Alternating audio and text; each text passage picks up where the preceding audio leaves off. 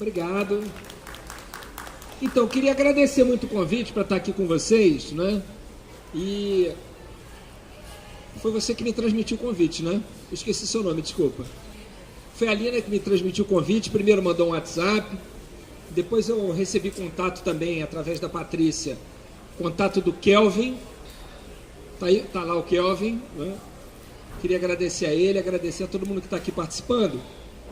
E eu queria primeiro falar da visão que eu tenho como cidadão, mas também da visão de alguém que está lá no parlamento nesse momento, de como é que a gente ouve, de como é que a gente recebe a notícia de que tem gente no país inteiro ocupando escolas, universidades, públicas ou privadas, como é o caso dessa, para tratar da PEC, assim, como é que isso bate lá? Né? Acho que essa é uma primeira coisa que seria legal contar para vocês. Né?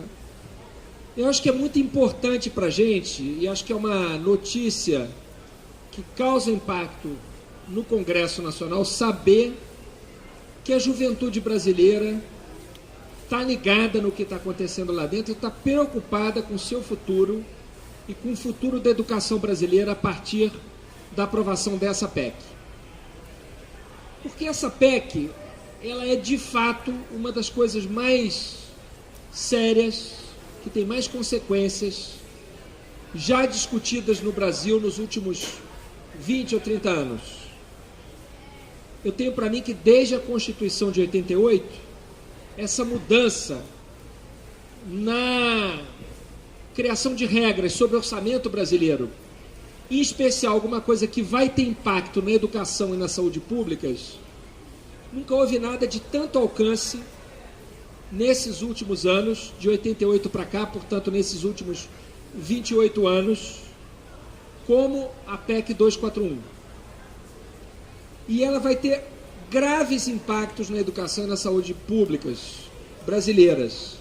Então, saber que tem gente na universidade debatendo isso, discutindo isso, preocupado com isso, e mais do que isso, se mobilizando para se posicionar em relação a isso, eu acho que é uma coisa muito saudável. Em segundo lugar, eu queria falar que eu achei muito bacana o documento de vocês, o documento do Ocupa PUC, né? Vocês dizendo o que é que vocês estão fazendo, né? Qual é o espírito dessa ocupação, de que maneira vocês se colocam em relação a opiniões diferentes, divergentes. E eu achei muito bacana o documento. Eu achei um documento muito inteligente e muito democrático. Porque é um documento que diz, olha, a gente entende e respeita quem não concorda com o nosso movimento. A gente não tem a pretensão de representar a todos, né? Vocês falam isso. A gente quer reconhecer a pluralidade, a diversidade. E a gente, em respeito às pessoas que não concordam com o movimento, a gente decidiu não atrapalhar as aulas, não interromper as aulas. E acho que isso também foi uma coisa não só democrática, como inteligente. Que acho que é uma nova forma de fazer ativismo, né? De se manifestar, de se posicionar. Acho que isso é uma coisa nova. E acho que por isso tem a capacidade de atingir aqueles a quem talvez originalmente não atingisse. Tem um aluno um doutorando, um aluno do doutorado aqui na PUC, de um doutorado aqui na PUC, que teve como uma das suas atividades do doutorado vir conversar com o pessoal da ocupação. E uma pessoa muito amiga desse doutorando e muito amiga minha também disse que ele saiu daqui com a opinião mudada sobre a ocupação, depois da conversa que teve com as pessoas que fazem parte aqui da ocupação, que estão fazendo a ocupação. Então, por exemplo, a opinião dele foi mudada a respeito não só da PEC, mas sobretudo a respeito da ocupação em si, depois de vir conversar com quem está fazendo a ocupação, e acho que por essa postura democrática, de respeito a uma visão diferente, e o entendimento que vocês têm sobre a PEC. Salvo engano, foi dito para ele alguma coisa do tipo: se a gente tem dificuldade de entender todas as consequências, todos os desdobramentos dessa PEC, imagina o resto da população brasileira que está tendo dificuldade de acompanhar o que está acontecendo no cenário brasileiro. Então, Se tem alguma coisa que está acontecendo que a gente não entende, a gente quer entender, a gente quer debater, e esse é o sentido da nossa presença aqui. Eu acho que a gente vai precisar ter essa postura de querer entender e debater mais as coisas daqui para frente. E acho que esse é um sinal de vitalidade da democracia brasileira. Sabe, acho que vocês estão demonstrando que a juventude brasileira está querendo mais democracia e que a gente é capaz de construir espaço para isso. Vocês inventaram um espaço aqui que não era um espaço com essa destinação, não é isso? Vocês disseram, não, a gente quer dar esse uso para esse espaço nesse momento, porque a gente acha que isso é importante para o debate que a gente vai fazer, né? É um debate atual, a PEC passou na Câmara, vai ser votada no Senado provavelmente nessa semana.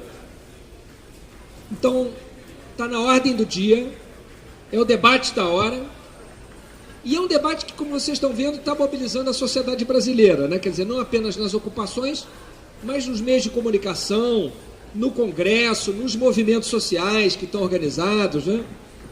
E que estão querendo falar sobre essa PEC. Bom, a que é que essa PEC se destina? Qual é o objetivo dela? O objetivo dessa PEC é criar uma coisa chamada novo regime fiscal. Chamada por quem criou essa PEC, né? E a ideia é dizer o seguinte, olha, as despesas do Estado brasileiro com saúde, educação, assistência social, moradia, saneamento, elas vão ser congeladas no valor do ano que vem e vão ser corrigidas por 20 anos no tamanho da inflação. Ou seja, o que o Estado brasileiro, em nível federal, gastará no ano que vem, com saúde, educação, habitação, etc., será o que o Estado brasileiro gastará com essas coisas nos próximos 20 anos, apenas com a correção da inflação. Não importa o quanto o país cresça, não importa o quanto cresça o orçamento, quanto cresçam as receitas, as despesas ficarão as despesas primárias, portanto, não as despesas com o serviço da dívida, não os pagamentos de juros e do principal da dívida pública brasileira, mas as despesas primárias, saúde, educação, habitação, saneamento, etc., vão ficar congeladas nesse valor. E por que é que se diz que isso é necessário? Porque a proporção da dívida pública em relação ao PIB aumentou muito nos últimos 3 anos, basicamente, 3, 4 anos. E essa seria a maneira de fazer frente a isso, ou seja, de garantir que vai se gastar menos para sobrar mais dinheiro para pagar juros e o principal da dívida, para amortizar a dívida, se quer congelar as despesas primárias por 20 anos a partir do ano que vem. Não é necessário, para se gastar menos, se aprovar PEC alguma. Por quê? Porque o orçamento ele é uma lei anual que é proposta pelo Poder Executivo, enviada para o Parlamento, que o aprova ou não. E que, portanto, nos próximos orçamentos, basta que o governo federal mande uma previsão de despesas proporcional, que seja corrigida pela inflação, exceto, basicamente, para 2 áreas,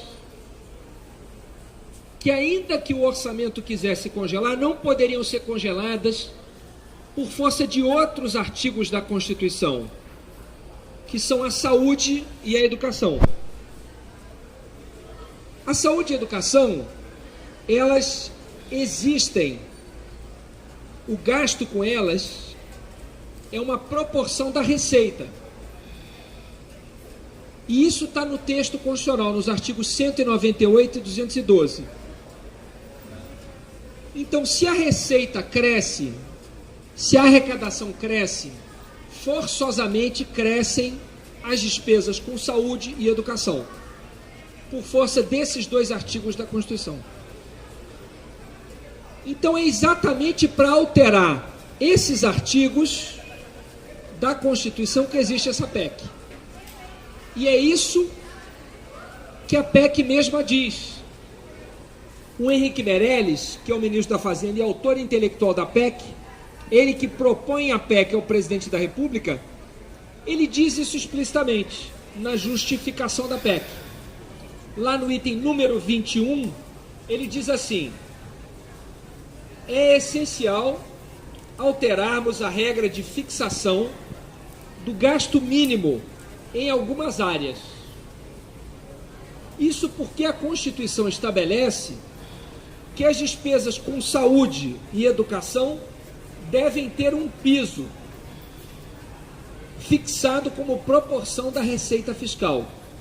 É preciso alterar esse sistema. Então, pessoal, essa é a razão de ser da PEC. Por que é que se propôs uma PEC? Justamente para acabar com essa vinculação de uma parte da receita com a saúde e com a educação. Eu tenho cá para mim que mesmo que essa PEC seja aprovada, eu entendo que essa desvinculação é inconstitucional. Então, ainda que o Congresso cometa o grave erro de aprovar essa PEC, eu entendo que o Supremo Tribunal Federal poderia declarar, pelo menos nessa parte, a PEC inconstitucional. Por quê? Porque quando o Constituinte entendeu que a República Brasileira existe, entre outras coisas, mas também para combater as desigualdades, e quando ela estabelece um financiamento para dois direitos básicos, fundamentais, a saúde e a educação, quando o Constituinte constitucionalizou o financiamento da saúde e educação, o que é que quis o Constituinte? Ele quis garantir que a saúde e a educação não fossem direitos vazios, direitos apenas previstos em tese, mas ele quis garantir, o Constituinte quis garantir que haveria recursos para que esses direitos fossem experimentados, fossem fruídos, fossem gozados pela população brasileira. Então, esses dois artigos que prevêem o financiamento da saúde e da educação, no meu entendimento, são artigos que não podem ser modificados para pior, pelo princípio da vedação ao retrocesso. Nós não podemos prever um financiamento menor para a saúde ou para a educação, porque isso representaria um retrocesso social que não faz sentido num país ainda tão desigual como o Brasil experimentar. E por que é fundamental garantir saúde e educação com esse financiamento, pelo menos? Bom, aí é uma questão de escolha. O Constituinte fez essa escolha, ele disse que é fundamental no Brasil combater a desigualdade. E aí eu falo um pouco também do meu ponto de vista, aí é um pouco minha visão pessoal. Eu entendo que o maior problema brasileiro é a desigualdade, em suas diversas manifestações, em suas várias formas, mas é a desigualdade. Eu entendo que para a gente construir a nação que a gente quer, o fundamental, sem desprezar com isso outros problemas que nós temos, que são reais, mas o problema central é a desigualdade. A saúde e a educação públicas têm um papel decisivo no combate à desigualdade. Vejamos, primeiro em relação à educação. Para garantir um mínimo de igualdade de oportunidades, não há como se ter isso sem uma educação pública de qualidade para todos e todas. E é sobretudo numa área em que mais faltam vagas, por exemplo, na educação infantil hoje em dia, de 0 a 5. É ali que começa a se confirmar, a se enraizar a desigualdade, que começa no ventre, na verdade, começa no pré-natal. Para garantir esse país mais igual que a gente quer, seria fundamental que os investimentos em educação não fossem apenas mantidos, mas fossem aumentados em muito. Falta muito dinheiro na educação pública para a gente garantir o que está previsto no PNE. E, no entanto, o que é que a PEC está propondo? Congelar os recursos da educação pública a partir do ano que vem. Quando a gente fala que um dos maiores problemas do Brasil é a qualidade da educação, todo mundo concorda. Agora, quando se fala de que são necessários mais recursos para a educação pública, tem gente que discorda, diz, não, a educação não é apenas uma questão de dinheiro. É fato, não é apenas uma questão de dinheiro, mas é também uma questão de dinheiro. Os exemplos de outros países com os quais normalmente se compara a educação brasileira, os resultados em exames internacionais, mostram como per capita se gasta muito mais, se investe muito mais em alunos nesses outros países do que no Brasil. E não apenas assim, se a gente pegar o próprio Enem, que é usado para permitir o acesso à universidade, se você pegar os primeiros colocados no Enem, ainda que a gente saiba que o Enem tem uma série de falhas, ainda que a gente saiba que os exames não medem como deveriam medir, são falhos, têm problemas, deixam muita coisa de fora, mas feitas todas essas considerações, se você pegar os primeiros lugares do Enem, veja quanto custa cada aluno daqueles por ano e veja quanto o poder público investe em cada aluno seu por ano. A diferença, às vezes, é de 10 vezes. 10 vezes de diferença. Multiplicar por 10. Então, bom, ainda que a gente saiba que isso não vai ser possível tão cedo na rede pública, ainda que a gente saiba que não é só isso, mas certamente aumentar os recursos em educação é fundamental para a gente conseguir construir o país que a gente quer. Muitos dos que defendem a PEC dizem que o Brasil tem um problema sério de produtividade, que a produtividade brasileira é baixa. Ora, como aumentar a produtividade sem investir em educação? Como é que alguém imagina que o Brasil vai ser um país mais produtivo com uma educação pública sem qualidade? Bom, eu concordo que a educação pública ela não serve apenas para preparar pessoas para o mercado de trabalho. Eu sei disso, concordo com essa visão. Mas para quem defende a PEC e tem apenas essa visão, não há saída. Percebe? Não há como se imaginar um país mais produtivo com menos educação. Então, o desafio da gente não seria manter os recursos do ano que vem para a educação e nem aumentá-los um pouco. A gente tem que aumentar muito o investimento em educação. E a PEC impede isso. Um dos argumentos da PEC 241 é de justiça intergeracional. Ou seja, eu preciso controlar os gastos, porque eu não posso deixar para as próximas gerações um país tão endividado como o nosso. Correto. Por outro lado, como se defender o argumento da justiça intergeracional e dizer, por conta disso, nós vamos sacrificar a educação da próxima geração? Ou seja, o país de vocês não vai estar tão endividado, embora para isso a gente vai ter que sacrificar a educação de vocês. É um argumento que não se sustenta. Se a PEC 241 tivesse em vigor desde 2010, quanto que a educação pública teria perdido de 2010 para cá?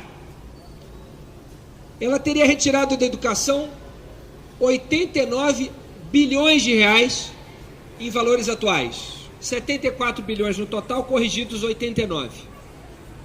Ou seja, se a PEC 241 tivesse em vigor desde 2010, a educação pública brasileira teria tido nos últimos 5 anos, 89 bilhões a menos. Como conciliar isso com o discurso de que a educação deve ser prioridade? Muita gente diz assim, o problema da saúde pública brasileira é má gestão. É verdade. A má gestão é um problema da saúde pública brasileira. É consenso entre os especialistas que a má gestão é um problema. Mas não é o único problema, tudo bem? É também um problema de subfinanciamento. Então, quem estuda saúde pública no Brasil e no mundo, diz, no Brasil, a saúde pública é mal gerida e ela tem pouco dinheiro.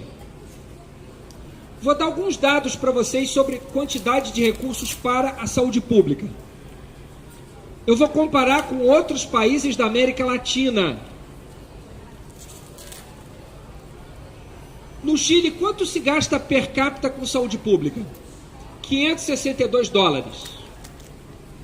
No Uruguai, 740. 825 em Costa Rica. 851 dólares per capita com saúde pública na Argentina. 853 no Panamá. 474 no Brasil. Portanto, vejam, não estou comparando gastos per capita com saúde do Brasil com a Alemanha.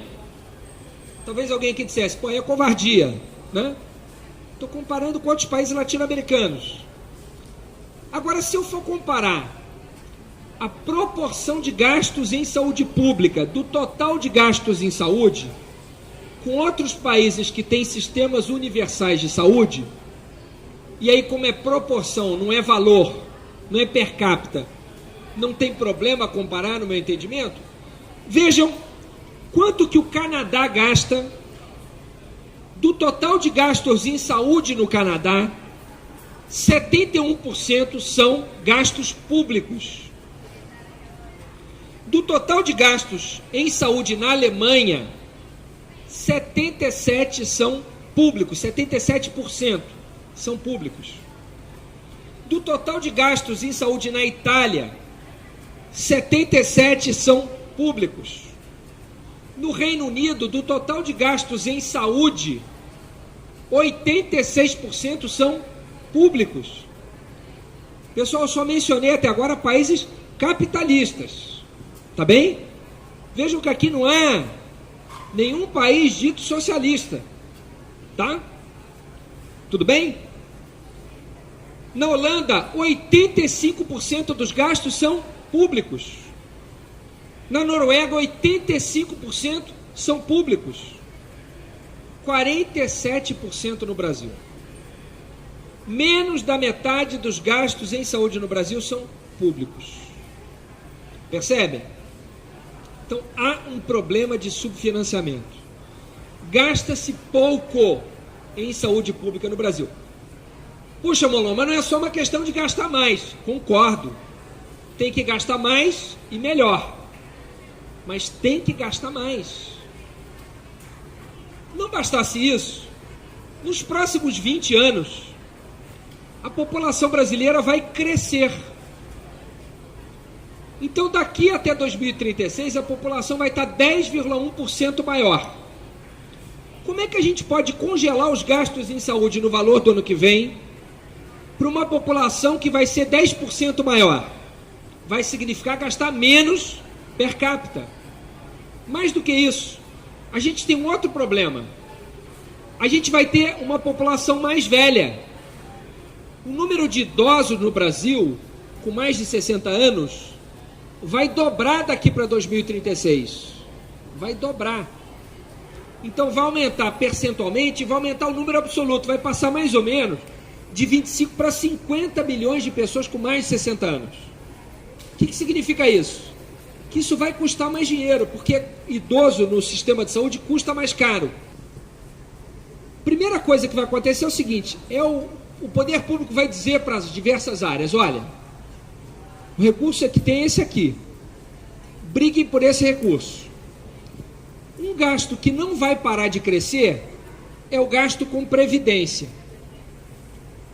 Mesmo que seja feita a reforma da Previdência. Mesmo que seja feita a reforma da Previdência, nos próximos anos, pelo menos, os gastos com Previdência vão aumentar, forçosamente. Cerca de 3% ao ano. Então, isso significa que você vai pegar um orçamento congelado e vai dizer, ó, disputem esse orçamento aqui, sendo que a cada ano eu vou tirar 3% a mais para a Previdência.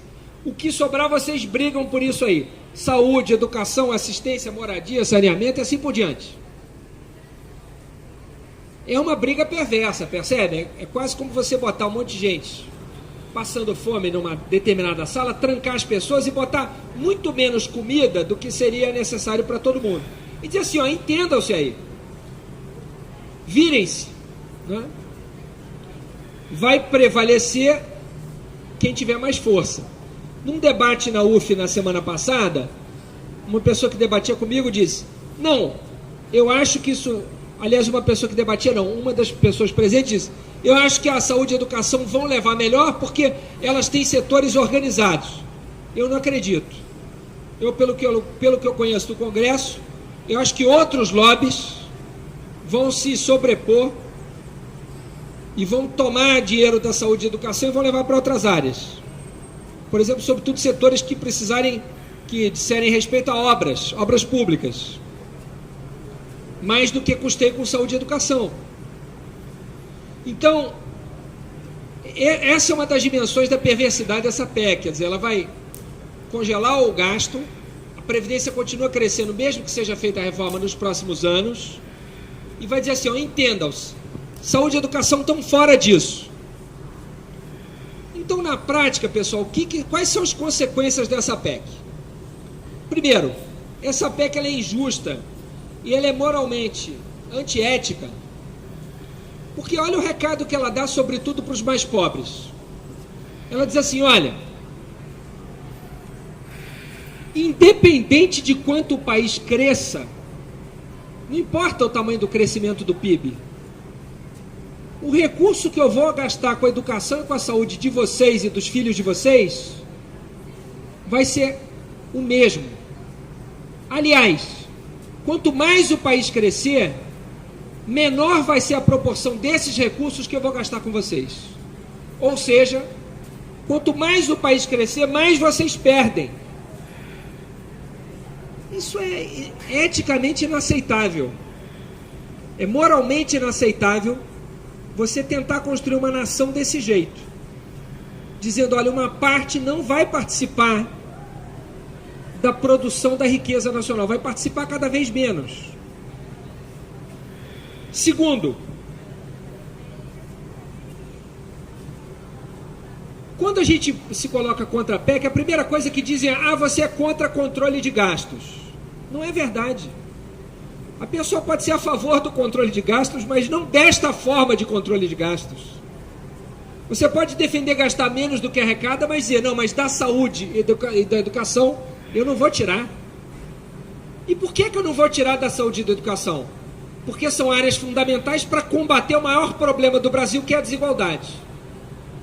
Então tá bem, eu vou cortar, mas eu não vou cortar de áreas que eu considero fundamentais. Eu vou cortar de áreas que eu posso considerar menos essenciais ou mais supérfluas. Afinal de contas, quem é que passando por uma crise financeira na sua família diria para sua família, vamos cortar colégio e plano de saúde. O celular vocês podem continuar usando à vontade. A TV por assinatura a gente não vai cortar. Mas o colégio, os livros e os remédios e o plano de saúde a gente vai cortar, porque tem que cortar em algum lugar. Quem começaria na sua casa cortando pela saúde e pela educação? Ninguém faria isso com seus filhos. Ninguém faria isso com seus filhos. Mas com os filhos dos outros, pode fazer, né? Que no fundo é isso. No fundo é tirar o dinheiro dos filhos dos outros. Lá no debate na Câmara, na comissão, disse isso, olha, nós estamos cortando dinheiro da saúde pública e quem está aprovando isso é um Congresso cujos gastos com saúde são pagos pelas pessoas que vão ter a saúde pública piorada. No mínimo, seria correto que o Congresso dissesse, então, como demonstração de compromisso com o país, nós vamos cortar dos nossos gastos os seguintes recursos, A, B, C, D. Isso seria um mínimo.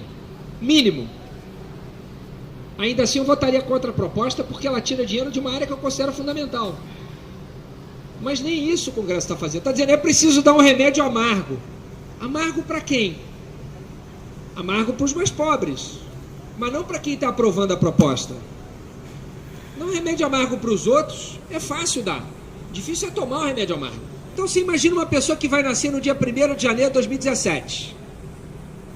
A única certeza que ela vai ter é que até ela completar 20 anos, ela vai viver num país que vai se tornar cada vez mais desigual.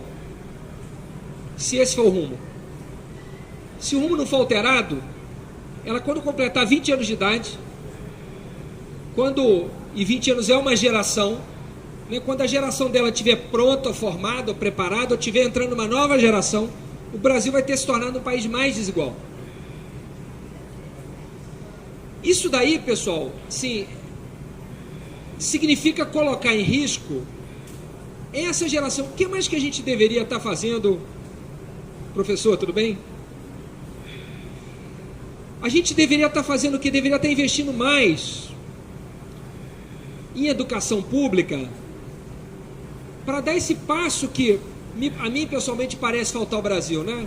Acho que o Brasil nos últimos anos ele teve um passo importante de controlar a inflação. Acho que essa foi uma conquista importante do Brasil.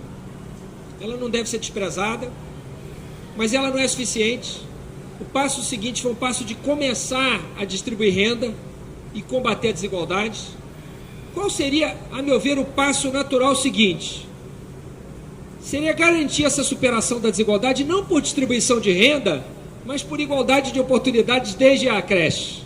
E seria através da educação, da ciência e tecnologia, investimento em pesquisa, fazer o perfil, até mesmo a posição do Brasil no cenário internacional se alterar. O Brasil deixar de ser um exportador de commodity e passar a ser um país que exporta produtos de alto valor agregado. Não um país que é conhecido pela exportação da soja ou do frango, né? Mas um país que é conhecido pelo tipo de valor agregado que coloca nos seus produtos após muito investimento em pesquisa, ciência, tecnologia, inovação e assim por diante, né? E esse passo não está sendo dado. Ao contrário, está sendo interrompido. E isso representa não apenas uma ruptura desse caminho que a gente estava tomando, mas uma ruptura do Pacto de 88. Porque em 88 o Brasil fez um pacto que se traduziu numa Constituição que era uma Constituição que falava de um país mais igual. E os direitos sociais que foram inseridos na Constituição foram com essa perspectiva de fazer do Brasil um país menos desigual, mais igual. E é esse pacto que está sendo rompido. É uma coisa muito grave. E é muito grave, sobretudo, porque esse programa não foi aprovado em urna nenhuma. Eu não me refiro aqui apenas à ilegitimidade de quem hoje exerce a presidência da República. Não é apenas a essa ilegitimidade que eu me refiro. Também, evidentemente, mas mais do que isso, ainda que fosse alguém eleito pelo voto popular e não derrubado, que tivesse implementado esse programa, não poderia implementá-lo se aquilo que foi defendido na campanha foi o contrário disso. No fundo, o que a gente vê é se tentar aprovar no Congresso medidas que jamais serão aprovadas nas urnas. Porque quando se pergunta para a população se a população é a favor de cortar gasto, 95% diz sim. Sabe por quê? Porque a pessoa, o que ela entende quando essa pergunta é feita? Está entendendo que vai cortar privilégio de parlamentar, que vai cortar o dinheiro gasto com aquele jantar lá que o Temer ofereceu no Palácio do Planalto para os congressistas. A pessoa acha que é esse gasto que vai ser cortado. Mas a PEC não corta esse gasto, não. Se falar para a pessoa, você é a favor de cortar investimentos no hospital público que você frequenta? Pergunta para as pessoas ver se elas vão dizer sim. Pergunta se é a favor de cortar recursos para educação privada, para educação pública, perdão, né? E deixar a educação privada continuar a se tornar cada vez tão distante, tão mais distante da educação pública. Pergunta se é isso que as pessoas querem. Não querem. Não, mas as pessoas não sabem aquilo de que elas precisam. Esse argumento é um argumento inaceitável, né? Soberano na Constituição é o povo brasileiro. O programa que tem que ser implementado é o programa que é aprovado nas urnas. E se implementado o outro, está errado. E isso é uma fraude, um estelionato das pessoas. Seja de quem for, ainda que tivesse sido por um presidente que regularmente ocupasse, que constitucionalmente ocupasse a presidência da República, né? Então, pessoal, é É uma temeridade isso que a gente, sem trocadilho, né? Mas é uma temeridade isso que está sendo feito, né? Com o país, com o futuro do país, né? E é um preço muito alto que o país vai pagar. E eu termino dizendo o seguinte: o Brasil vive um momento que é chamado de bônus demográfico, o finzinho do bônus demográfico. O que é isso? A estrutura etária da população brasileira está mudando, né? A população brasileira está envelhecendo. A gente tem cada vez menos gente nascendo, as pessoas estão vivendo mais. Então isso significa que o perfil, aquilo que eu aprendi lá atrás como pirâmide etária, já não é mais uma pirâmide, é um losango etário, e depois vai virar uma pirâmide invertida com o tempo. Você vai ter uma base etária muito pequena e um topo muito grande. Então, para você conseguir que uma sociedade assim se sustente, quem vai entrar no mercado de trabalho tem que ser mais produtivo do que quem está saindo, para que menos gente trabalhando consiga sustentar mais gente aposentada do que é hoje. Ora, para fazer isso é fundamental a educação. Então é o tipo da coisa que não adianta você investir em educação daqui a 20 anos. Entende? Quer dizer, não é uma questão daqui a 20 anos dizer, bom, agora a gente vai investir em educação. Agora não tem jovens suficientes. Percebe? Tem menos gente do que tem hoje, entrando na escola, entrando na universidade. Então, é nesse momento que a gente deveria estar investindo mais. Porque não vai adiantar fazer esse esforço tanto quanto adiantaria agora fazer isso daqui a 20 anos. Então tem também uma questão de oportunidade. A oportunidade de investir em educação é essa, é agora. Aliás, já está atrasado, mas ainda dá tempo. A gente pegaria o finzinho, a rabeira desse processo. E a gente vai perder se essa PEC for aprovada. O povo brasileiro tem mais força do que ele imagina que tenha. A gente não imagina o efeito que tem a mobilização dentro das casas parlamentares. Eu já vi lei e PEC aqui na LERJ ser mudada pela presença de 100 pessoas na galeria.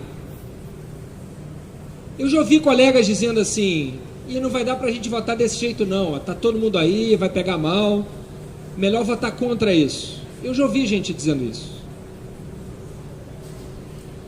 Eu não sei se vocês lembram a PEC 37, que era uma PEC que queria proibir o Ministério Público de investigar. Lembram disso? Tem uns anos. Quando aquela PEC começou a tramitar, ela foi aprovada numa comissão especial por 17 votos a 2. Aliás, por 15 votos a 2, eram 17 membros a comissão. Eram 17 que votaram. Talvez até tivesse mais membros, mas no dia da votação, 17 votaram. Ela foi aprovada por 15 votos a 2. Um dos 2 foi meu. O outro voto foi do autor da PEC, que achava que o relatório tinha ficado brando demais. Ou seja, ele tinha votado por razões opostas às minhas. No fundo, a votação tinha sido 16-1, digamos assim, né? Essa PEC não era conhecida por ninguém. E aí vieram as manifestações de junho de 2013. E aí, lá pelas tantas, alguém levou uma plaquinha, PEC 37 não. Uma plaquinha com a PEC 37 cortada assim, riscada. E essa plaquinha pegou. E ela começou a aparecer em várias manifestações. E uma das bandeiras de 2013 foi PEC 37 não. Isso mudou. A PEC ia passar fácil na Câmara. Fácil. A prova disso é que na comissão ela foi aprovada por 16-1. Se ela fosse para o plenário, ia passar por 400-100. Quando virou uma causa popular rejeitar a PEC, o clima mudou na Câmara. E aí quem era a favor da PEC não queria mais votar a PEC a favor. Disse, não, deixa para outra oportunidade. E aí quem era contra dizia, não, vamos votar agora para enterrar. Se a gente votar agora, a gente derrota. Se deixar para votar daqui a 3 anos, pode ser que passe. Vejam, mudou completamente o clima. E aí a PEC, pessoal, foi levada a voto. No dia que ela foi levada a voto, um daqueles 15 caras que votou a favor da PEC veio no plenário, me deu um abraço e disse: bom, eu queria te cumprimentar porque lá na comissão eu te derrotei, mas hoje aqui você vai me derrotar. Você está de parabéns porque você foi sempre contra a PEC, você votou contra lá e você vai votar contra aqui. Eu era a favor lá e eu só tenho uma cara, hoje eu vou ser a favor aqui, não me importa se todo mundo vai votar contra, eu vou votar a favor, porque eu tenho uma posição só. Agora a maioria do pessoal que está aí, ó, ia tudo votar comigo, só está votando contigo por causa das manifestações. Ele me disse isso, reconhecendo isso. A PEC foi votada, foi rejeitada por 400 votos a 15, a 13, sei lá, poucos votos. Quando ela foi rejeitada, o pessoal das galerias, tinha umas 300 pessoas, pouca gente, começou a cantar o hino nacional.